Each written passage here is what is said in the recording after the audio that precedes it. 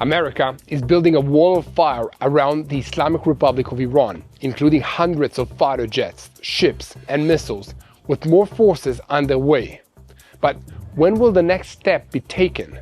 Will we need to wait in suspense for another week or even another month, while President Trump examines his options and Iran makes more threats? Or are we nearing the end of negotiations and the beginning of action? Will Israel strike Iran on its own?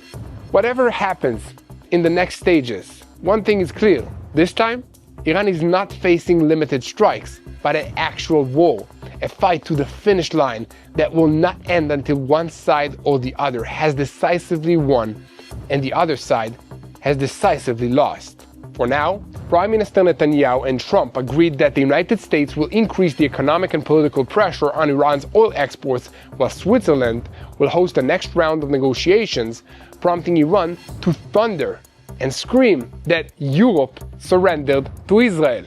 But what is Israel's nightmare scenario?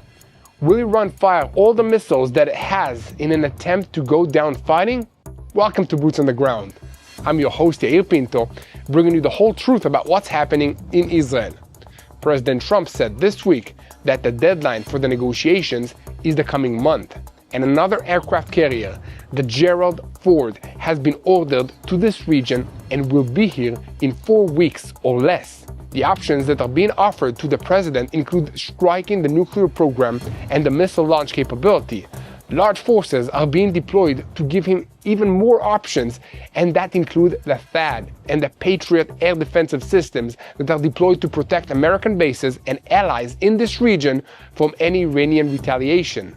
The plan taking shape appears to include the decapitation of the Islamic Revolutionary Guards Corps and the regime's apparatus, but not the physical invasion or occupation of Iranian soil. For that, it might be better to rely on the Iranian people themselves. And in Tehran, the 40 days of mourning for the victims of the regime's massacre of protesters in January is just beginning. So the anger at the regime may raise again. The emerging solution is a model of bargaining under fire, a surgical strike against the regime targets that is intended to force the Ayatollah regime to return to negotiating.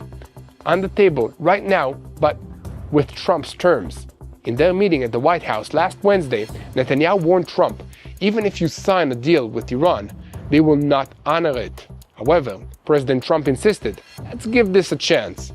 Despite the dispute, the two agreed that pressure will be applied on Iran regarding the oil sales to China. For their part, the regime is lashing out with furious rhetoric, firing in all directions. For instance, Iran's foreign minister attacked Europe's leaders over the weekend, claiming that they surrendered to Israel, while Switzerland confirmed it will host this week in Geneva the next round of talks between Washington and Tehran that are mediated by Oman.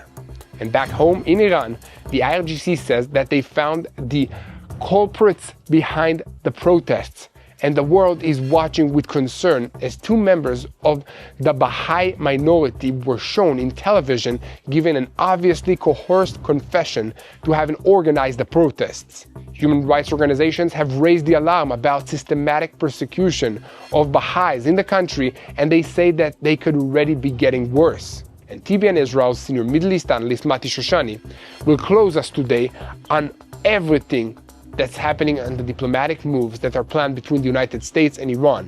What are the demands? And how do you negotiate with leaders who shout death to America? In Gaza, the plan now is for the technocratic government to begin its work, as the dismantling of Hamas's weapons will begin as early as March. And this is according to 2 sources in the Peace Council who spoke with the Kan News channel in Israel. The preparations of the IDF and the militias are already visible on the ground, when the first area to be dismantled will be the area under the control of Abu Shabaab's militia in the new Rafah. This is an opposition Palestinian group to Hamas. And meanwhile, an official confirms that Hamas operatives are moving out of the Nasser hospital in Khan Yunis and are violating the ceasefire agreement. They are armed, some of them masks, and they are operating in different parts of the hospital, threatening to carry out arrests of patients and transfer weapons. This is only one example of how Hamas is refusing to give up its power, but instead it is demanding to integrate its operatives into the day-after agenda, especially the police apparatus. And elsewhere, the IDF continues to deal with repeated violations of the ceasefire by the Hamas terrorist organization in Gaza, and we'll tell you more about that later in this report. In the northern arena, Hezbollah continues to rehabilitate despite the IDF strikes. And over the weekend, the IDF destroyed weapons depots and launchers in southern Lebanon after attempts to rehabilitate the terrorist infrastructures that were identified, which constitute a violation of the agreement and a risk of the residents of the State of Israel. I'm Yair Pinto. With me today is Mati Shoshani, and this is your Boots on the Ground report, bringing you the whole truth about what's happening in Israel on day 862 of the war against Hamas, Hezbollah, the Houthis in Yemen, the Shia militias in Iraq, and all the other armed groups in this region that are operating under the control of Iran's Islamic Revolutionary Guards Corps, which is the head of the crumbling axis of evil in the Middle East. A moment before we start, I want to call on you to keep spreading the truth. Help us reach many people with what's happening in Israel so that they will know how to pray for the situation. You can do that by clicking the subscribe button or by searching for TBN Israel on all the social media platforms, as well as for Yair Pinto and Mati Shoshani. The aircraft carrier Gerald Ford is already on its way to the eastern Mediterranean, and the Pentagon is completing the ring of fire surrounding Iran. At the same time, THAAD air defensive batteries were deployed to the eastern Jordan area to strengthen regional defenses, including the defenses of the State of Israel and its airspace. So now, everyone is wondering, are we looking at another month of negotiations, or are we counting down to a new military campaign? Let's take a quick look at what's already happening on the ground. The aircraft carrier Lincoln is already operating in this area with nearly 100 F-18s and F-35 aircraft on board, along with destroyers that are carrying long-range cruise missiles and submarines as part of the strike group. At the same time, F-15s, A-10s, F-35 squadrons are being deployed to bases in Qatar, Jordan, Syria, and Cyprus. The Gerald Ford is on its way to provide additional strike power along with additional defensive capabilities in the form of AEGIS-equipped ships for missile interception. Additional missile defenses and ships are already deployed to the strategic points in and around the Persian Gulf. This is along with Patriot batteries that are protecting American bases. This is already a deployment that speaks to a capability for waves of strikes over days and even weeks. And at the same time, Trump is setting a deadline for the talks, apparently in the coming month.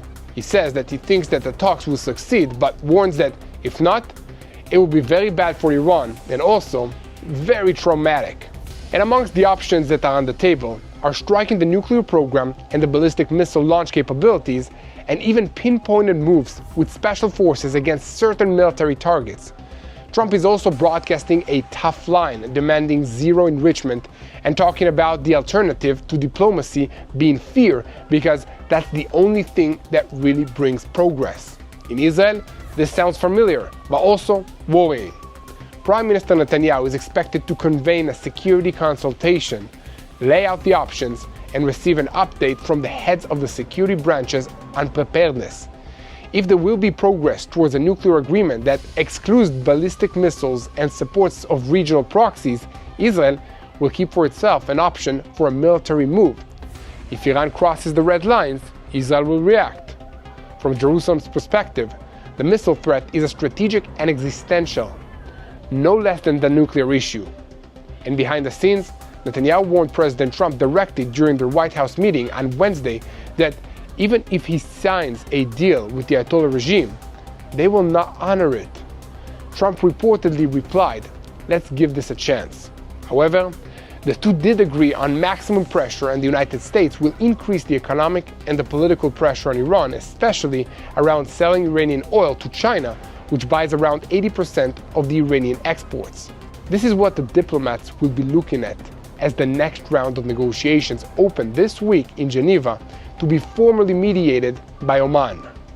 And according to reports, the White House envoys Steve Witkoff and Jared Kushner will raise the issues of Iran's ballistic missiles and support for regional terrorist organizations in these talks, while Iran, for its part, is not rushing to concede And there are also reports that it continues to refuse to stop enriching uranium, which is the central point of contention from Washington's perspective. And furthermore, Tehran is also not staying quiet in the narrative space. Iran's Foreign Minister Abbas Araghchi attacked Europe over this weekend, calling these negotiations a circus and claiming that Germany and Europe surrendered to Israeli policy. Other Iranian officials continue to make fiery speeches about how they are ready for any kind of aggression and the price of attacking Iran will be terribly high, and so on and so forth, just like they always do. However, there is something different this time. Inside Iran, the street is boiling with rage as we begin 40 days of mourning for the victims of the regime's massacre of protesters in January, and the anger at the regime may rise again. At the same time, reports are coming in about a manhunt for protesters, raids in homes and workplaces, arrests in the middle of the night, and people disappearing without contact with a lawyer or with a family member.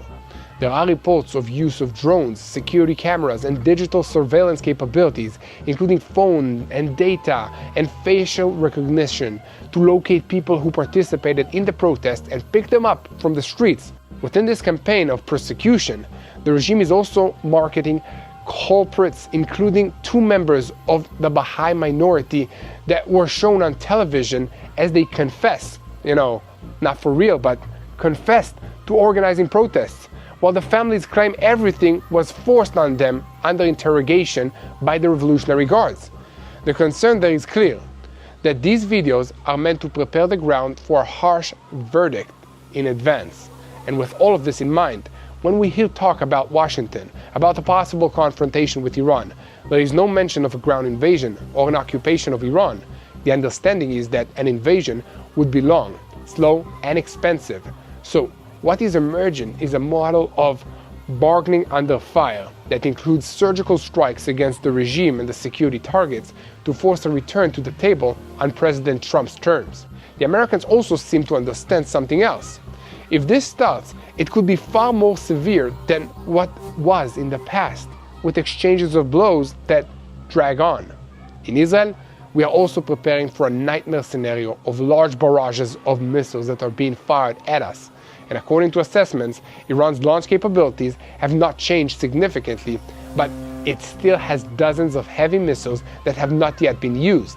In an extreme scenario, when the regime feels these are its final hours, there could be an especially broad launch, including towards symbolic and non-military targets all across the Jewish state. Israel has a robust and battle-tested defensive system built on layers of protection, including the domestically protected Iron Dome, the David Sling, the Arrow 3, and also American systems like THAAD and Patriot. However, Israel remembers what munitions economics looks like during these barrages and how quickly interceptor stockpiles can erode, bringing enormous pressure on the home front.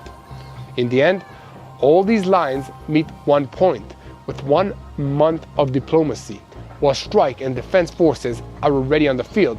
Now everything depends on the question of whether the talks in Geneva will produce a real agreement or only buy time to prepare better for the military campaign. TBN Israel's senior Middle East analyst Mati Shoshani will give us a look at all the diplomatic moves between Washington and Tehran. What are the demands? And how do you even negotiate with leaders who shout death to America? So a moment before we move to Mati, give a click to the share button, pass this content to somebody who wants to know what's happening on the ground.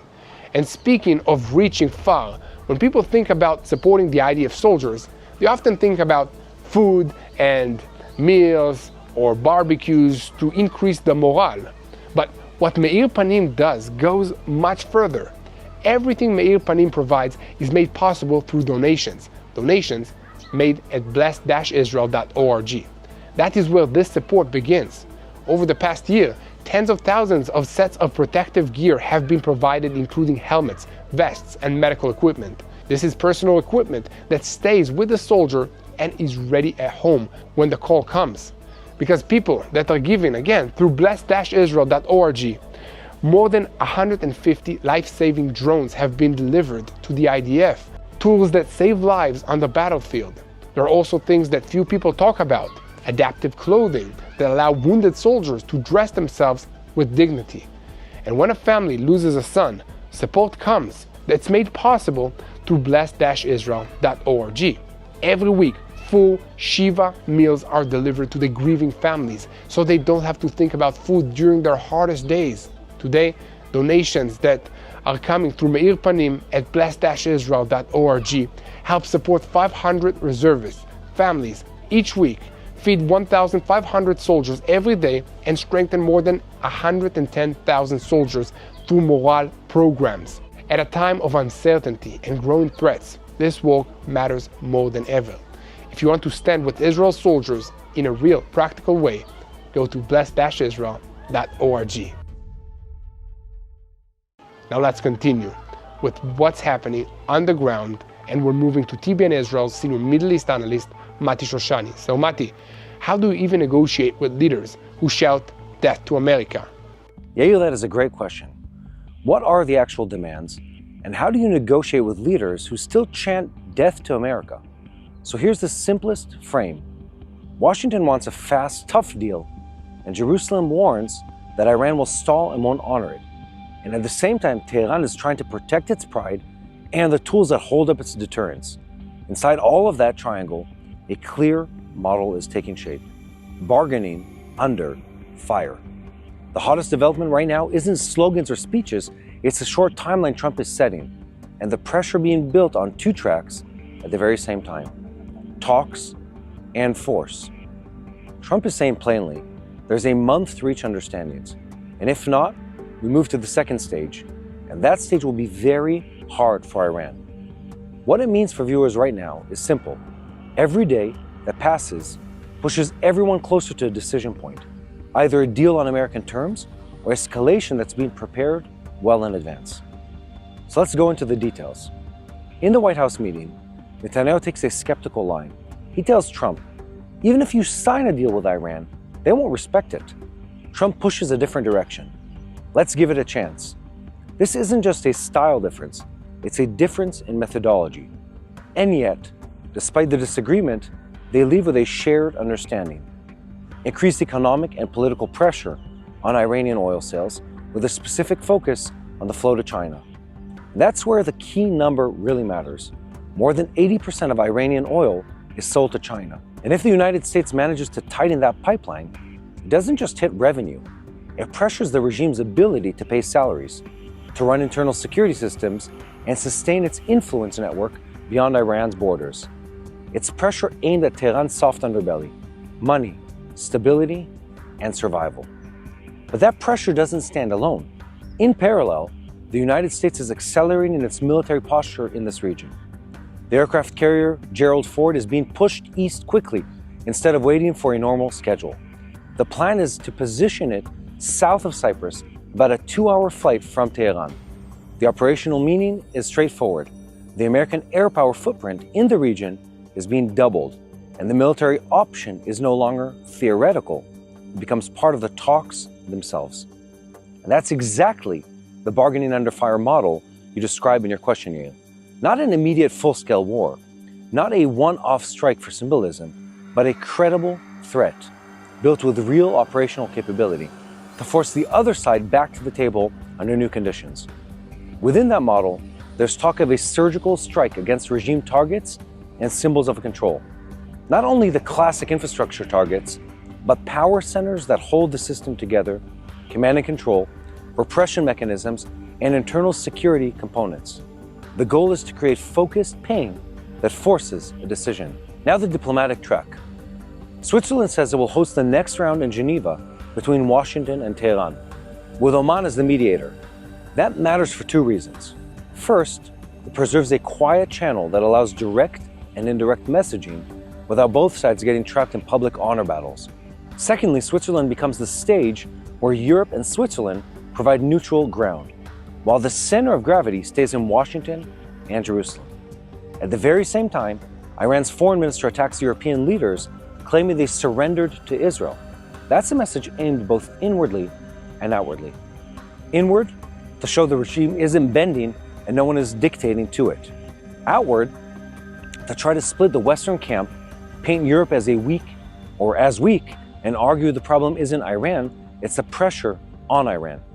But when you look at the ground reality, the aggressive tone doesn't erase the fact that Tehran is still testing tactical compromises. So what are the demands on the table? Here we see a fundamental gap. Trump wants a short, fast deal he can sell as a historic achievement, without sliding into direct war, but with a clear military option if talks fail. Israel wants the deal to cover more than the nuclear file.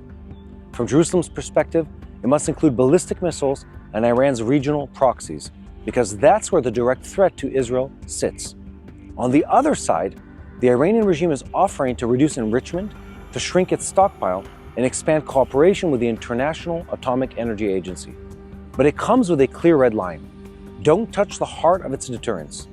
The heart is the ballistic missile array, along with the ability to activate armed proxies across the region. For Iran, giving up long-range missile capability is seen as humiliation and surrender, and more importantly, as giving up to the regime's life insurance.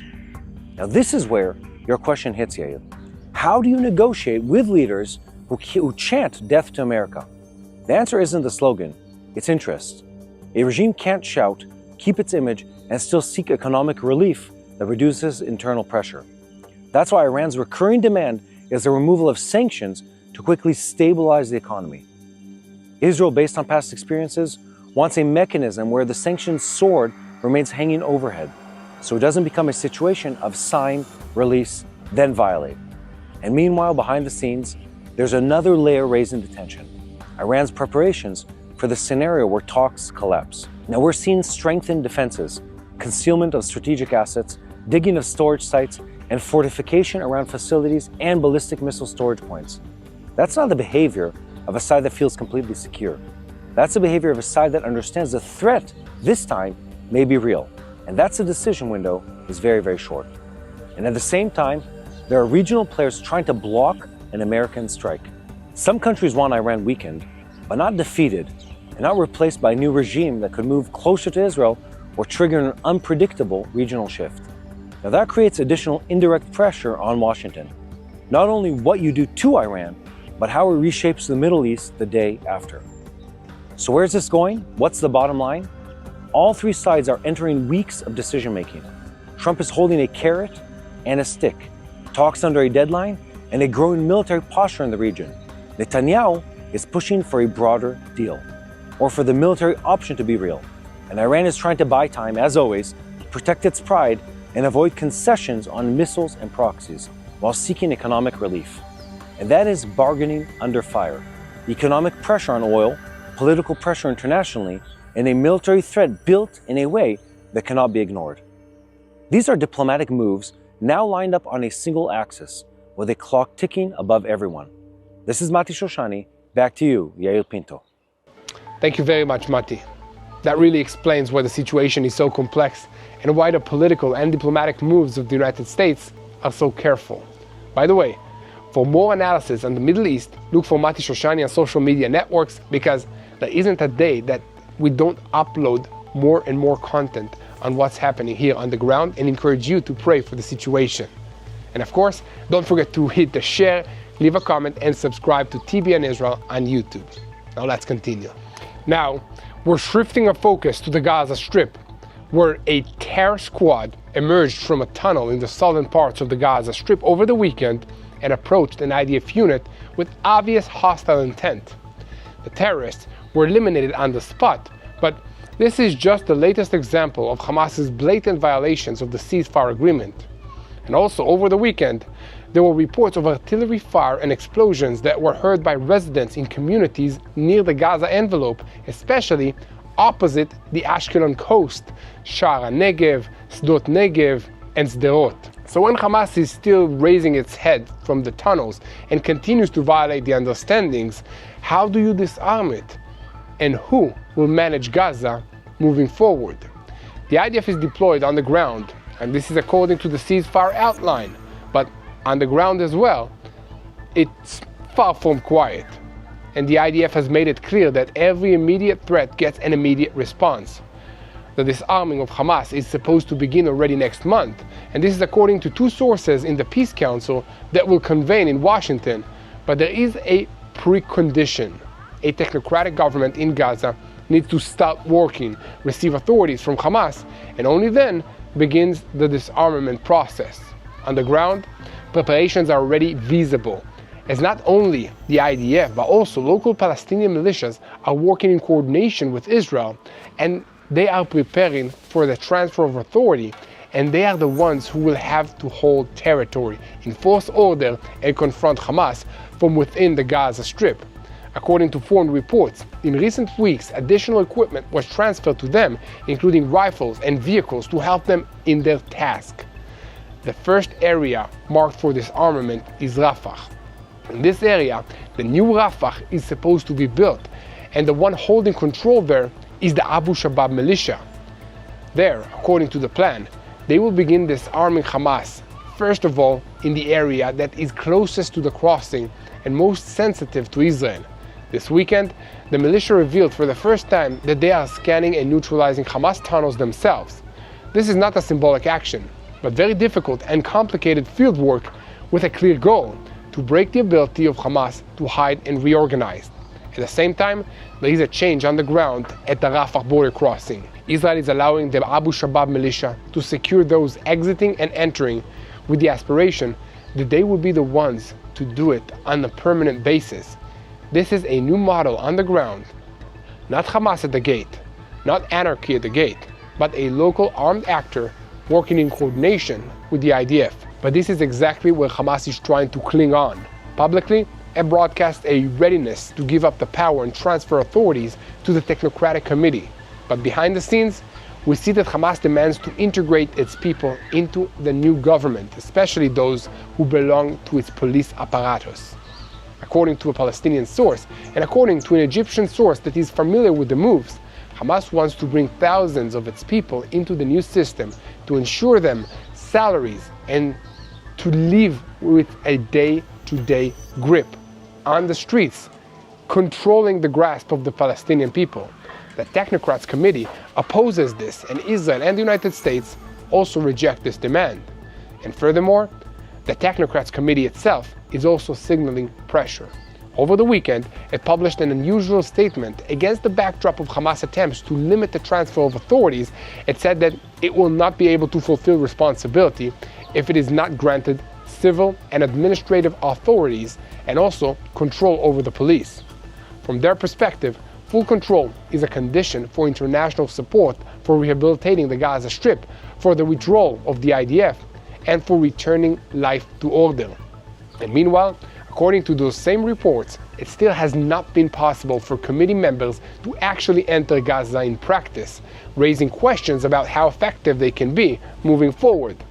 And that brings us to the central question from Israel's perspective about Hamas's disarmament. On the one hand, there is a deadline for March, but on the ground, Hamas continues to use force, and it does it also from places that are supposed to have been cleared. For instance, over the weekend, the NGO Médecins Sans Frontières announced it is pulling all non-essential medical teams out of the Nasser hospital in Khan Yunis out of concern for the safety of the staff because of the presence of armed Hamas terrorists in the hospital. According to the statement, in recent months, armed men were observed, some masked, operating in different parts of the hospital. The organization's message was clear: hospitals must remain neutral. From Israel's perspective, this is another sign of a method. Hamas does not disappear. It just changes uniforms, changes locations and methods, and tries to remain sovereign, even as around it an alternative mechanism is being built. And within all of this, IDF Chief of Staff Eyal Zamir toured Rafah over the weekend, saying, "We are not giving up the war objective of full disarmament of the Gaza Strip and dismantling Hamas of its weapons. We achieved an unprecedented achievement. All of Hamas's frontline battalions were destroyed. Hamas was militarily defeated, and all the hostages were returned to their homes." And in the same breath, he emphasized that the IDF will operate according to the guidance of the political echelon, holds the decision plans, and is ready to act offensively as required. This is what the struggle over the day after looks like now. On the ground, a timeline for disarming already is in March. Rafah first, Then local forces that begin to neutralize tunnels and take positions at the gates. On the other hand, Hamas is trying to remain tough in police, in public institutions, and through violations of the ground of what's happening. And they remind everyone that the organization is still here. And the coming weeks will be the real test. Will this armament begin on time, or will Hamas manage to turn the day after into another form of Hamas rule under a different banner? And here at TBN Israel, we will continue to report on every development on the issue and bring you the whole truth about what's happening in Israel. And for more content, make sure to search for TBN Israel on social media platforms. Make sure to hit the subscribe button. Make sure to look for Yair Pinto and Mati Shoshani and only follow official accounts. It's very important for us to share the truth so that you will know how to pray for the situation. And now, we are switching our focus to the northern arena, because over the weekend, the Air Force opened a wave of strikes in southern Lebanon. Reports emerged of strikes at several points, including Wadi Bararaz, Iklim Tufa, Khomeini, and Basila, and also in the areas of Rina and Kfar Milach. So, why is this happening now? And what is the price if Hezbollah manages to rehabilitate one more layer of infrastructure before the system tightens? The IDF says that the attempts to rehabilitate the terrorist infrastructure are ready, and this is a red line. Any movement that pushes Hezbollah forward again, even if it is quiet, is considered a violation and a risk to the residents of the Galilee. Therefore, these strikes do not look like a pinpointed event, but enforcement of the ceasefire arrangements. And speaking of which, recent reports indicate that south of the Litani River, close to the border with Israel, Hezbollah is much weaker than what it was before the ceasefire, but they are trying to get back to work. They are being pushed more and more into built-up areas, while Israel operates with a policy of zero containment, carrying out short range to demolish threats and get out quickly. Within one of these operations, the scope of the remaining weapons was also exposed in the village of Kafra. About 1,300 Grad rockets were discovered and demolished. This demonstrates why the IDF treats any rehabilitation attempt as an immediate threat. And in another operation, a wanted senior figure named Atawi was pulled in the middle of the night from his bed in the village of El Arukba in southern Lebanon and transferred for interrogation in Israel. This is an area where Israeli forces did not operate throughout the first period of the fighting in the north, but there is still an ability to reach, to locate, and to extract live targets. And furthermore, the IDF is also operating in southern Syria, where within the walls of the building, in a village near the border, weapons were hidden, so they'll be ready when a terrorist decides to attack Israel again. And according to the report, communication equipment, weapons, and also mines were amongst the equipment that the IDF forces found and demolished at the site, and this incident connects to another fact on the ground. The smuggling routes from Syria are being hit along with the production capability, but Hezbollah is still playing cat and mouse with what it has left, disappearing, storing, moving from place to place, and trying to lower its signature. Here the big Lebanese question comes in. Who is supposed to dismantle all of this? The internationally recognized government in Beirut declared a clear red line that all weapons must be in the hands of the state. Here, the Lebanese National Army enters the picture, also through a joint oversight mechanism with American involvement and coordination on the ground. But everyone knows that the Lebanese National Army is not very capable. It collects weapons, but does not always destroy everything. Or it does not deal strongly enough with tunnels and with bunkers. In Israel, they speak about mapping of several dozen bunker sites south of the Litani River, close to the border with Israel, and about ongoing pressure that the Lebanese army reach them and deal with them. When that doesn't happen, the Air Force is hitting these targets themselves, the Israeli Air Force. Hezbollah, for its part, is changing its deployment. The Radwan forces, which was an elite unit planned for an invasion of Israel, underwent a professional conversion to defense. What remains of it was pushed north to the Lebanon-Syria border area near Beirut to protect areas that the organization needs and routes for smuggling weapons. Alongside it operates the Badr unit, which is defined as one controlled that the area of the Litani, north of the Litani River. This is a new strategy involving less immediate offensive planning, more an attempt to buy time to survive and to recover. And meanwhile, Iran continues to funnel money to Hezbollah through Turkey. The salary of a Hezbollah operative is around $500 a month on average, about twice the salary of the Lebanese army. And meanwhile, the IDF continues to strike senior Hezbollah leadership even in Beirut. This is a reminder that anyone trying to manage rehabilitation from behind, even in the capital, is not necessarily protected. Therefore, as the clock ticks under disarming and dismantling of Hezbollah, Israel is also holding a layer of physical defense. 5 outposts inside southern Lebanon. In the Northern Command, they know the challenge is not only to strike, but to return the residents to the north, give them a sense of security, so they come home, live, work, and feel secure.